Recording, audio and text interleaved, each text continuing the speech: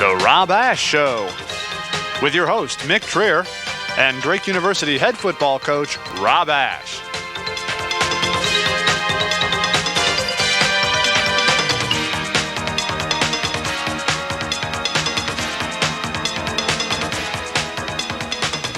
The Rob Ash Show is brought to you in part by Dave Ostrom, Mitsubishi, 90th and Hickman in Des Moines.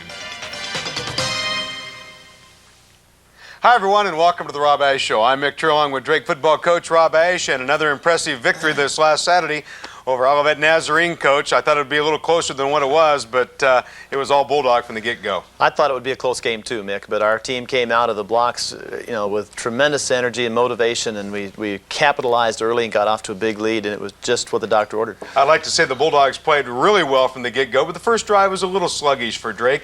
Maybe a little too pumped up by the seniors? I think it was a very emotional team that we had on the field, Mick. It was the last home game for the seniors in Drake Stadium, and we introduced them one by one before the game. There was a tear in everybody's eye. Really, it was very emotional, and I think we weren't quite focused yet to play the game. And we had a couple penalties and so forth, but we still scored a touchdown on the first drive, stopped them on their first possession, so it worked out okay. Third game in a row, you've rolled to a 42-some lead, and this one a 43-7 halftime lead.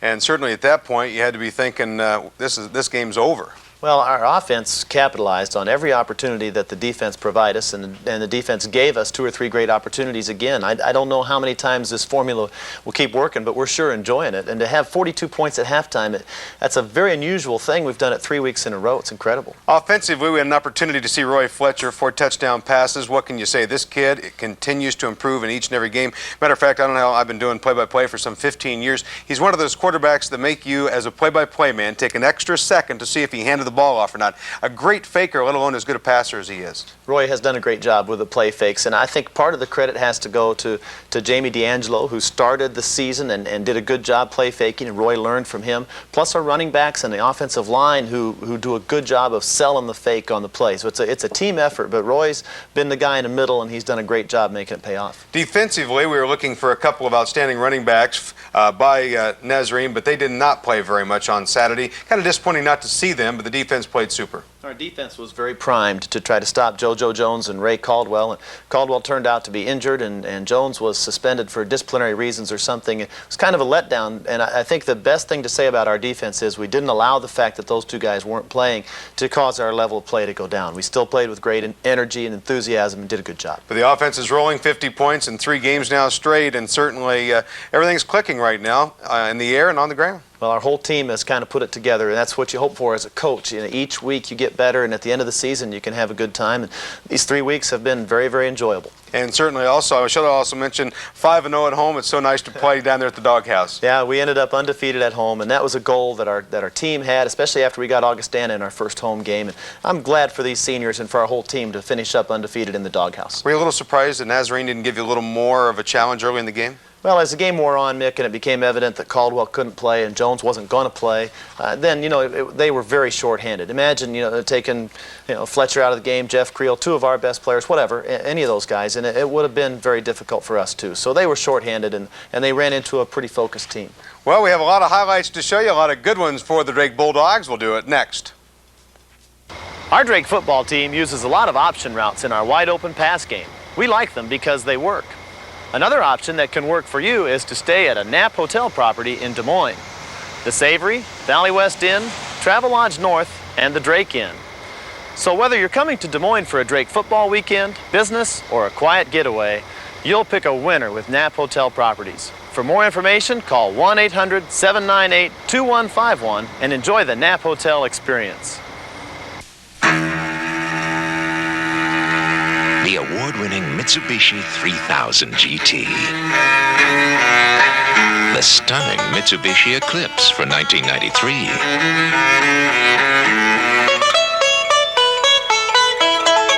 Nothing livens up a family like a little sibling rivalry. The Eclipse from Mitsubishi. The word is getting around.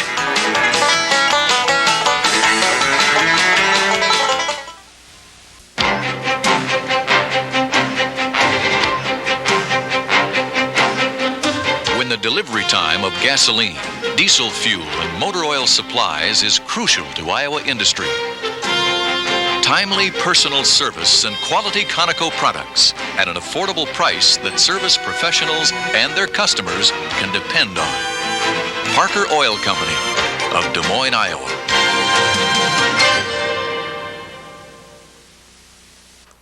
Welcome back to the Rob Ash Show. Coach, before we take a look at the highlights, I think, again, we'd like to mention how emotional this football game was for not only the seniors who were playing their last home game there, but everybody else, all the rest of the players trying to support the seniors here. Well, this senior class, Mick, has been real special to the whole ball club. And we've talked about it from a coaching standpoint, but I think our younger players really appreciate those seniors. And when they knew it was the last game for those guys, I think everybody raised their level because nobody on the team wanted the seniors to play their last game in the doghouse and have it be a loss. So it was a really touching time, really a very close-knit time for this team before the game. Let's watch the highlights of this football game. Certainly a good crowd on hand on kind of a chilly day, but there you can see the seniors coming in, being introduced. There's Rick Meyer, one of the seniors who doesn't play a lot, but still one of the guys that's very well thought of on our football team because of the fact he stuck it out for 4 years on this football team. They started out the second play of the ball game and fumbled, but unfortunately for us, luckily for them, they recovered their own fumble and they got a first down, this on their first possession.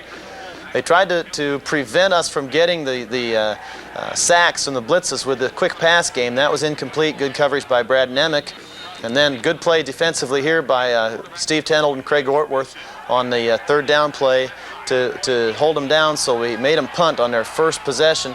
The punt goes down to Chad Briley, and this is just what we wanted, a good deep punt. Chad got a good block there from David Gruen. There's a block by Mike Beeman, which they unfortunately called as a block below the waist, and they missed a late hit on Briley out of bounds. The only penalty was on Drake. That's kind of the way it went all day. We had a lot of penalties, one of the things that concerns us going into next week. So we started back a little further. They shut us down on the first two plays, but on third and 3 or 4, Don Sowing got just enough yardage to get the first down, so that kept us going. We were able to, on second down then, the next series, a good play fake there by Fletcher and a pass to Don Bowman. One of the guys that's really, Don Bowman and Jeff Brager at tight end, really made a good combination for us, and Roy Fletcher's been using those tight ends extremely well. Here's a key play early in the game, 3rd down and 12. And we hit Jeff Creel, Fletcher hits Jeff Creel, and you can see the pink plastic on the ground there that shows where the first down is. If they had tackled Jeff, we would have had to punt, but he got away and got the first down and kept the drive alive. And then right a couple plays after that, we hit Don Sowing on a screen pass. Don gets a good block out front there from Brad Besh and from Jeff Creel and takes it all the way in for a touchdown. Here's a replay. Look at the top of your screen. You see Jeff Creel running off. And he's going to be blocking the corner, and then here comes Brad Besh out in front. Those two blocks spring it. Don breaks another tackle. Good speed, gets away from the last tackle for the touchdown. You know, Don's another one of those seniors, and he was very pumped up, had 2 or 3, I think he had 3 touchdowns on the game, and he really did an excellent job. And so we were able to capitalize, even though we had a couple penalties and some long yardage situations. We took the first drive in. Here I am talking to our PAT team. I'm telling Al Schwarty that because they rushed 10 of their 11 guys on that first PAT, that we would fake the second PAT that we had a chance to play. Here's Greg Gerlach again. They're trying these short passes because of our blitzing. Greg stopped their ball carrier, their receiver, short. So on 4th down, they tried to go for it. They missed the handoff, and our defense comes up with yet another big play. Steve Tenold, of course, right in the middle of it. So that 4th down gamble really failed. It did not pay off for Olivet, and we tried to make them pay even more by going for the bomb on the first play after that 4th down stop. And Fletcher makes a good play fake, finds Chad Briley open down the sideline. So we really were able to capitalize quickly after the 4th down play. They gave us the ball at midfield. On 1st down, first play after that stop, we got the touchdown, Fletcher to Briley, and jumped out right away. And then on the PAT, you know, we had talked about it before. If you'll notice, they're going to rush all the guys from the right at the top of the screen. And Al Schwarty rolls out, and he knows that Jeff Brager's going to be wide open because they didn't have anybody there to guard against the fake. And that gave us a 2-point conversion. Okay, right after that, the Olivet people complained because the Drake band was playing too loudly during the time that they were on their cadence. So I had to tell Lynn King, the athletic director. Lynn was very eager to help out, and he went and talked to the band about playing a little more softly so that they could hear their signals. One of the real threats for Olivet, of course, is number 1, JoJo Jones. He didn't take a snap at tailback in the game. He's a great runner. As you can see on his kickoff return, we were very concerned with him. There he makes Mark Simon miss, slipped and fell down. That's about the only way we probably could have stopped him. And, you know, it was just one of those situations. He's a very dynamic runner, as you can see from that return, but for disciplinary reasons, he didn't play tailback, and that was a good thing for us. Our defensive line did a great job. They made a good stop right there. Here's a play fake and a pass backside. Brad and Emmett, great coverage. I think they must have had a miscommunication on what route to run. They got a late hit there and got the extra 15 yards. So once again, the defense now already has stopped Olivet on a 4th down play and picked off an interception to give us good field position 2 times in a row. So we got the ball back right away and we're able to take off. We had started with Cortez Hull and Don Sowing. This is Matt Conlon now and Mike Stanfield that come in again, rotating the defensive backs. Conlon with a good hard run, punishing run, and here's Mike Stanfield on a short yardage, 3rd and short. He has a good hard run here, almost broke that one for even more yardage. You know, we bringing in fresh people like that really makes it tough on the defense. Now watch this play, good play fake. Jeff Brager on the receiving end takes a short pass in for a touchdown.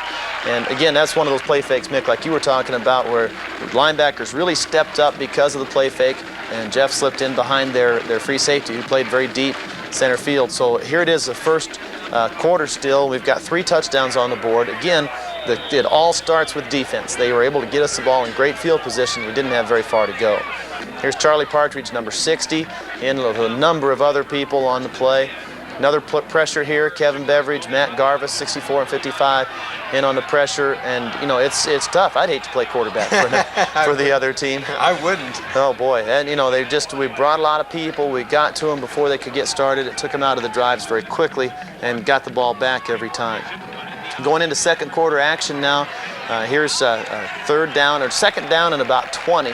And Fletcher throws a rainbow. I couldn't believe he threw this ball up there. Briley, it was right on the money to Chad Briley, right before he went out of bounds. It was good coverage, and it was just one of those things. It worked out perfectly, put us in a situation for 3rd and 5.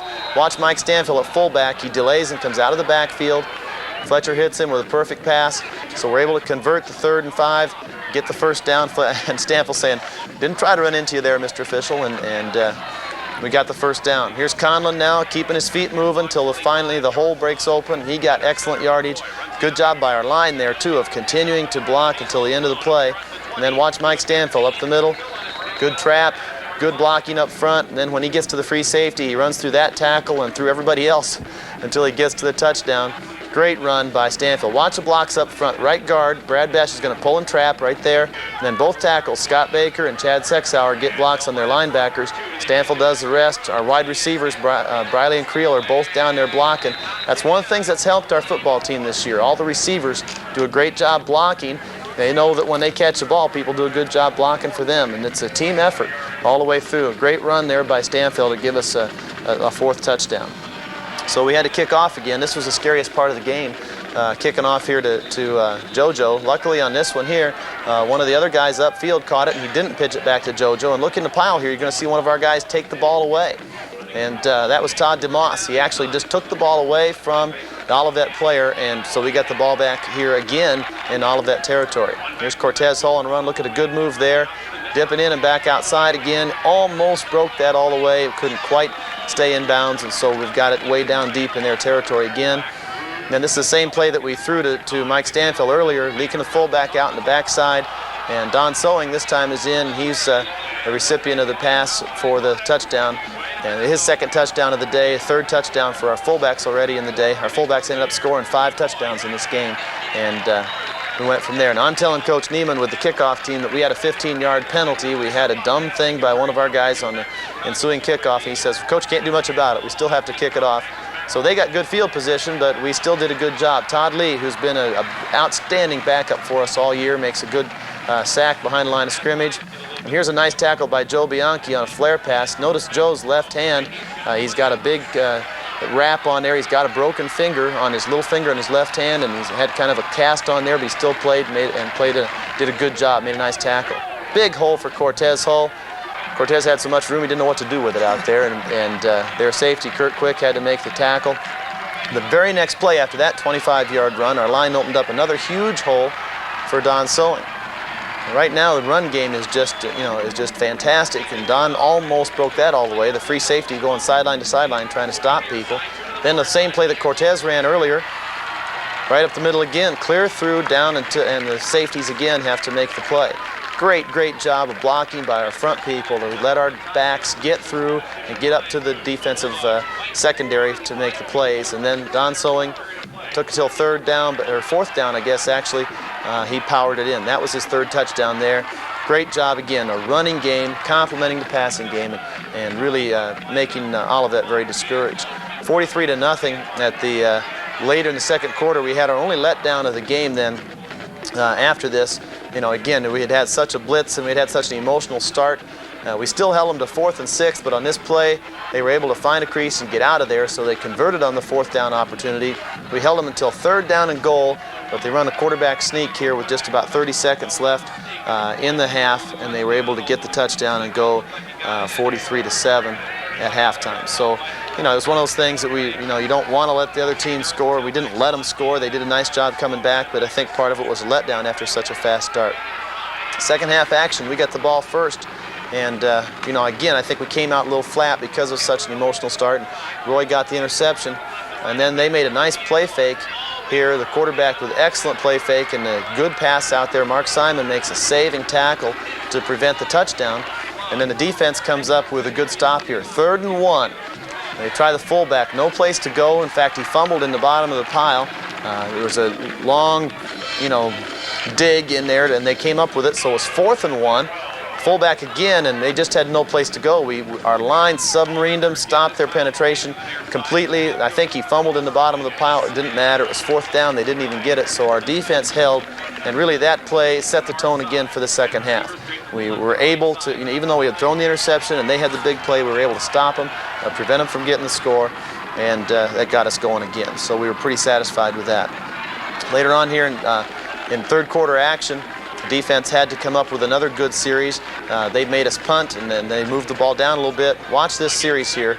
A tackle for a loss on 1st down, then a sack on 2nd down. We stripped the ball away. They said it was too late. Here comes more pressure. Again, this is Kevin Beveridge, number 64, coming in there along with Tony Iacobino. We got the sack on 3rd down, and on 4th down, watch it, they're going to fake punt. They snapped it to the short guy. It was 4th and about 30, luckily, because they gained about 20. And those two stops on 4th down, that one right there and the one on 4th and 1 down in the 5, were the two that really turned set the tempo in the second half, prevented Olivet from having a comeback, and let us go through the rest of the game. And we got a lot of people in the game. We played about 100 people in the game, and we had a good time. Let's move right on to our Christopher scoreboard here for you. Christopher's Restaurant, a tradition in Des Moines for 30 years. Christopher's features fresh pastas, aged Iowa beef, and fresh seafood. His lounge is a great place to have a pizza and watch the game or the Rob Ash Show. I was hoping they'd take maybe the fumbles and the penalties out or something. I did take the penalties out. I didn't want to put up the fact that we had 10 penalties against us. A very dismal performance there. We have to work on that this week. But otherwise, the statistics really show the domination. If you look down there, we had 293 rushing yards, and 3 lines from the bottom, you'll see 505 total yards for us, only 211 yards for Olivet Nazarene. The players, leading tacklers, Tony Iacobino, Matt Garvis, and Mark Simon. Tony and Mark are seniors. Tony, in particular, really good job this week. Rushing leaders, Cortez, a second straight game over 100 yards. And it's nice to see on the bottom there with the receiving. Chad's usually there, but Don Bowman and Don Sowing, 2 seniors with good games. Coach, I think one thing that isn't up there is the blocking the offensive line did, and also the job the defensive line did. It doesn't always come out in the stats. That's right. There's no way to get that on a statistic, but both sides of the ball, they're playing really well, and there's a lot of seniors on that offensive line that are opening up some big holes for those young backs. Well, it's going to be tough, but we need to name our players of the game. We'll do it right after this.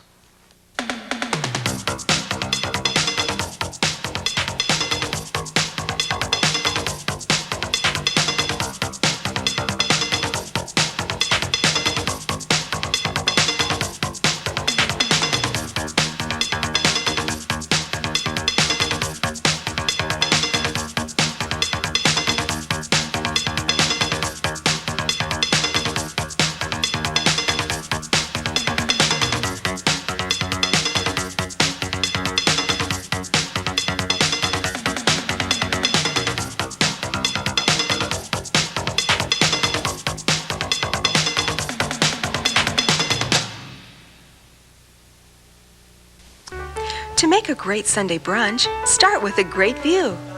Add something colorful and healthy. And don't forget to add something a little sinful.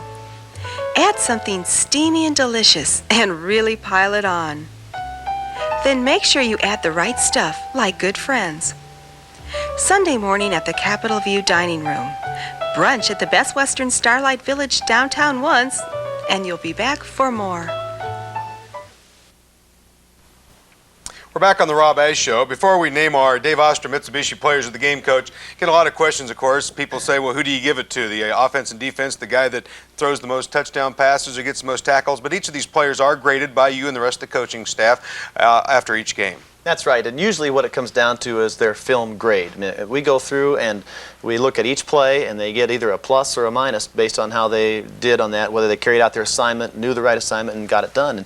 And usually the guy who gets the player of the week is the one who graded out. And we've had some guys at 94, 95, 96% on their assignments, which is one of the reasons why we're winning. Certainly in the last couple of games, a lot of people have played well, and I always pass it over to you. You name the offensive and defensive players of the game. Well, our offensive player of the week is Scott Baker, one of the guys up front, senior, again, played an outstanding football game. He's been a starting tackle for us for 3 years and opened up some of those huge holes, helped open up some of those huge holes. It's always a team effort. But Scott graded out, as we say, with a tremendous score again this week and has had a super year all year long. Going to miss him a lot. Defensive player of the week, Mark Simon. You know, when you blitz as much as we do, you play a lot of man-to-man coverage, you know, and Mark has done a great job. He's also one of the coverage guys on our kickoff and so forth, and he's one of the people who always knows what's going on back in the secondary, gets the checks right, understands who he's got, and helps people stay organized. So those two guys graded out very high and had good performances, as did a lot of people. I'm going to start lobbying for the punter. He only had a chance like one punt in about 3 games. He's, you know, and it's been cold and, you know, it's been tough for him. I feel sorry for him too, but you know, we need to keep doing what we're doing. Next up, Coach, our home team pizza player interview, and it's Scott Baker. Yeah, Scott Baker hadn't had a chance to show us what he sounds like yet. One of those unsung offensive linemen up front, and Scott's not a big talker, but he sure has been a solid player for us for the last 4 years, 3 years as a starter, and it's kind of fitting that his remarks are on today because he had such a good game against Olivet Nazarene. The Rob Ash Player Profile is brought to you by Home Team Pizza.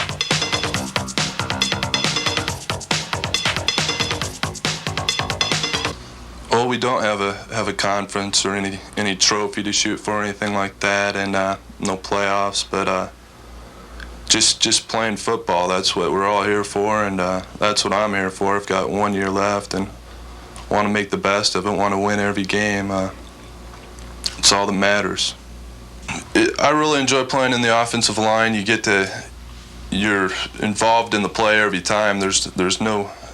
Well, it's like every position on the team, but you get to hit someone every time, and you don't get a lot of recognition, but it's not what it's all about. You know how you did, and the guy across from you knows how you did. So at the end of the game, you know how to feel about it.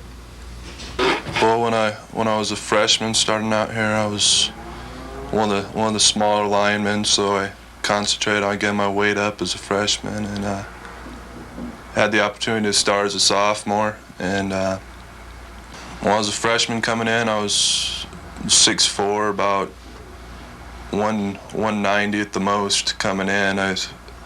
Track and basketball kind of wore me down from high school, and then during that year I gained a lot of weight, probably brought up to about 230 or so. From then around 240 hovering last year, and now I'm over 250, so worked hard at that. That's with the lifting weights. Coach Hadchek helps out with that, and getting good meals. Come in as a freshman as a business management major, and on track to graduate after this semester, so got done in 3.5 years, and probably continue my education after that unless I get a good offer. So. Sam Siegel, his wife Annette, daughters Elise and Marlene, and grandchildren Michael, Risa, and Mikey invite you to join them and all the employees at Home Plastics in supporting the Drake Bulldogs all season long. This fall, there's exciting nonstop action and entertainment when the Bulldogs hit the field. Take your family to all the games. Sam does. There are 2 names Des Moines can count on: Home Plastics and Drake University. Hi, this is Tom Baldwin, owner of Home Team Pizza. That's the only place you can get Des Moines Super Large or Large, that fantastic 16-inch pizza. You already know we make our dough every day from scratch, and so it's the freshest anywhere. And you already know we guarantee delivery in 30 minutes or you get your pizza free. But believe it or not, there's still some people that don't know that our larger large pizza with single topping is only $7.99, and it's absolutely delicious. So call Home Team Pizza right now for your larger large. Mitsubishi believes that a luxury car should offer something beyond the usual luxuries. It may be extraordinary power and control, a consummate blend of comfort and performance, or a state-of-the-art four-wheel drive system. The Diamante, the Montero, the 3000 GT. Luxury, as defined by Mitsubishi. The word is getting around.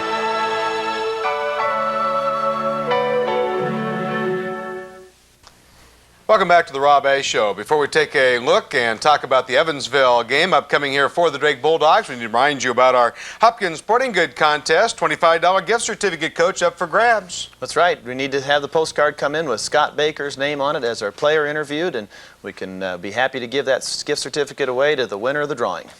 Coach, let's talk about this week's football game as the Bulldogs try and keep their winning ways going. Certainly 6-2-1, Evansville at 7-1. What can you tell us about them? Evansville's had a great season. I have a new coach down there 2 years ago by the name of Robin Cooper, who was an assistant at Western Illinois.